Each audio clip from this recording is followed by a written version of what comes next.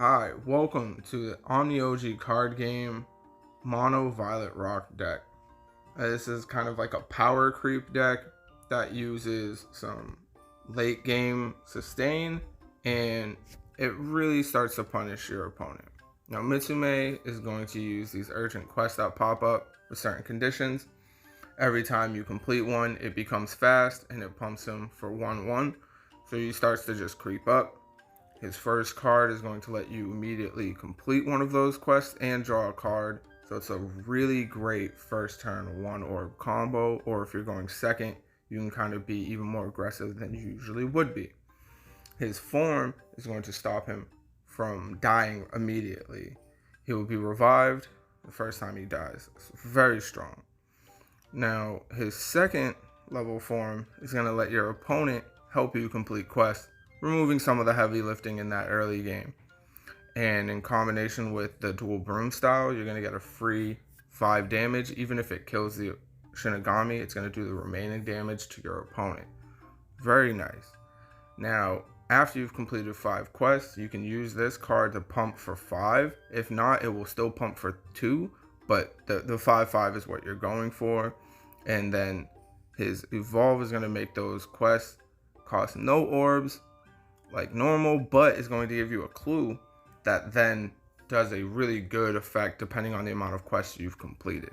Now, Genkuro is our secondary healer tank. He's kind of the person that's in the back most times, but then when you need to deal with somebody or not worry about a death, he's probably going to be the one.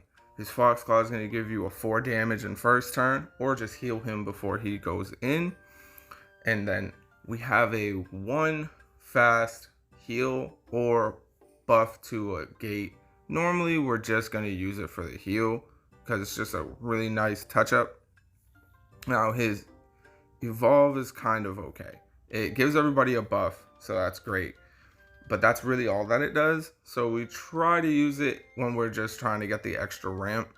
It's this revive here that does a lot of heavy lifting. A 1-1-1 plus pushing them into the combat zone kind of gives you a lot of power and presence. Now, unyielding and 4/4 would be great, but the fact that you get 3/3 for each unit means he can get a total of 9/9 on top of the 4. And he just starts to be a menace from there. And with his secondary healer, he revives everybody and then sets a condition that at the end of the turn, whether you are alive or dead, you're getting a +1/+1. Now, with units like Kidomaru, that becomes a problem because he's going to shuffle through a lot of your deck. And whenever you do draw one of his cards, he's going to get a +1 attack. Now, his first form, Bloodlust, is going to bump that up a notch and then do a free attack with immunity to the damage.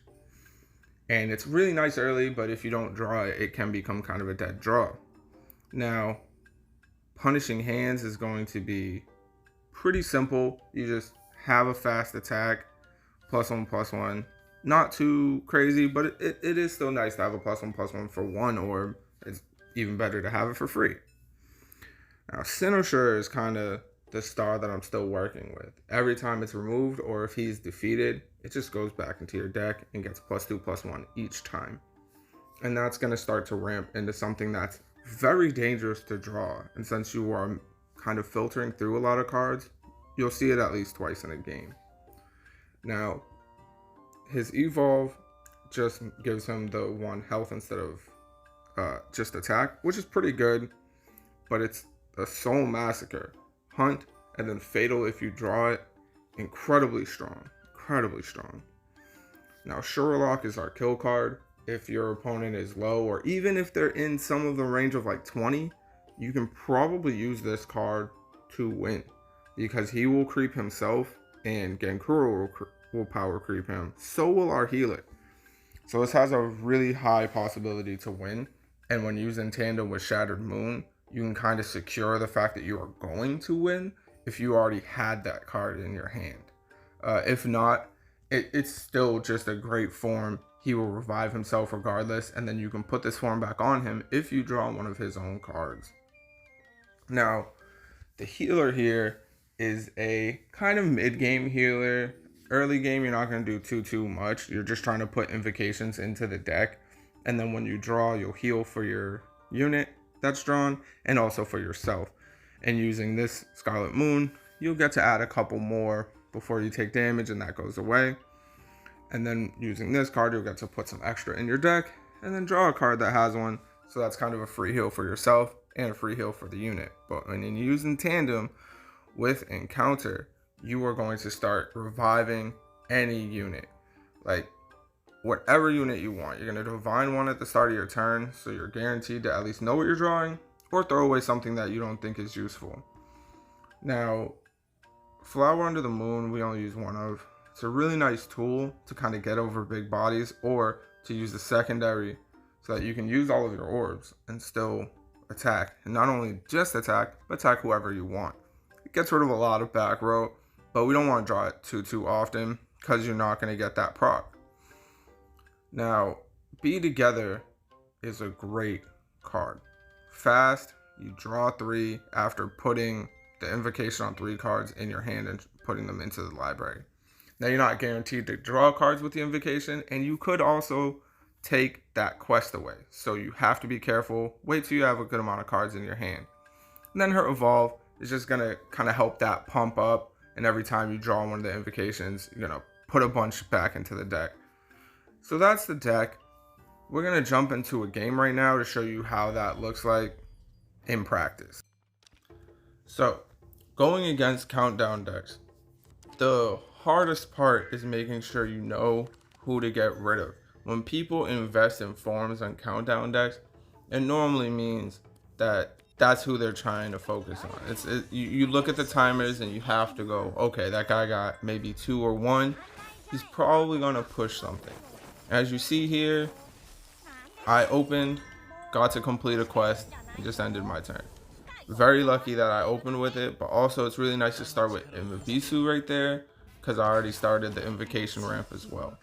You normally want to have Genkuro out though, because with that combo that gives him 2 health, which is just crazy. And you'll see here, I believe I go with him next, yes, because I want to just start ramping him as fast as I can.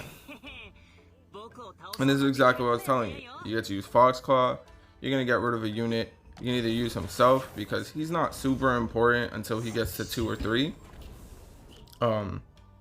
And you already know, like, if I have my revive card, I can start to struggle with that.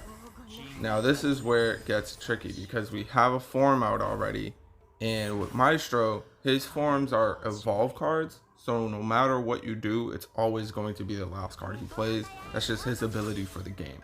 Anytime he changes it, it's gonna proc the old one and change it to whatever the new one is, so we have to pay attention to him at all times. And you see I put the revive on, so I know that he's at least safe, but you know, we still want to be careful. Now I keep taking 2 because they have a unit here that every 2 turns she's gonna get to ping me for 2. Later on she can start pinging Shinigami, so that gets very dangerous. But you see here, I'm not too worried. I already have another quest completed, and then we just start ramping. I know there's nothing super dangerous out, so I get to use that evolve, and then I can just push up my Mistune again. So here I'm pretty safe. You can see I'm close to getting level 2 on everybody, and because I believe they got their level 2 first, I should be getting my level 3 first. And that's a really important when you see that I already have Shattered Moon and the Hunt card in hand. And this is a perfect example of that. I drew a second one, so I know that I'm going to use at least 1. And here I just want to get rid of that guy. He's 4/6. That's really strong. Now I could just attack directly, but I have a secondary Hunt, so I'm just gonna rip it, killing 2 units with 1 unit and pumping my Genkuro twice. Very, very strong. And like I said, I have that form down, so I know that I'm going to start to get some revives pretty soon. Now this is where it gets tricky for them, because they have, they have 2 units down, and that's for 2 turns regardless. Now if I didn't get rid of Maestro, they would be able to start to manipulate a lot of those countdowns, so that's why I targeted him over the other 2 units that I could have killed. It really does take a lot of the time out of their mid game.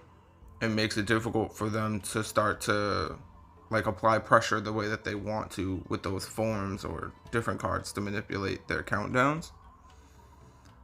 You see here they did take quite a lot of time. I'm on 1.5 and they're really thinking about their next move because this is a very important turn for them.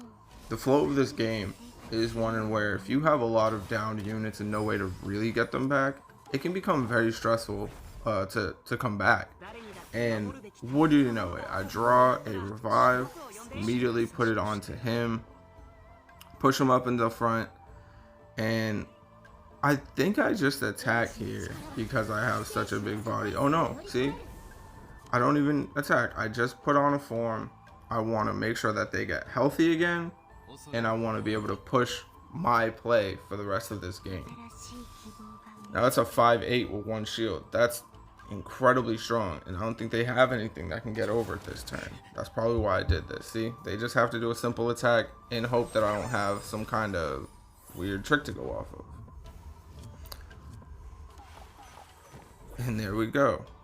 I keep that in my hand because I know that I'm gonna immediately have 2 quests here. Now I want to prep my kind of like end game turns, so I put Kinemaro up first, and that's 1 quest. Just gonna swing up. And I believe this is a draw 3 quest, so I'm not going to immediately go after it. But see, all 3 of those cards aren't things that are really going to push my play. Super happy I did it there. Just push them down.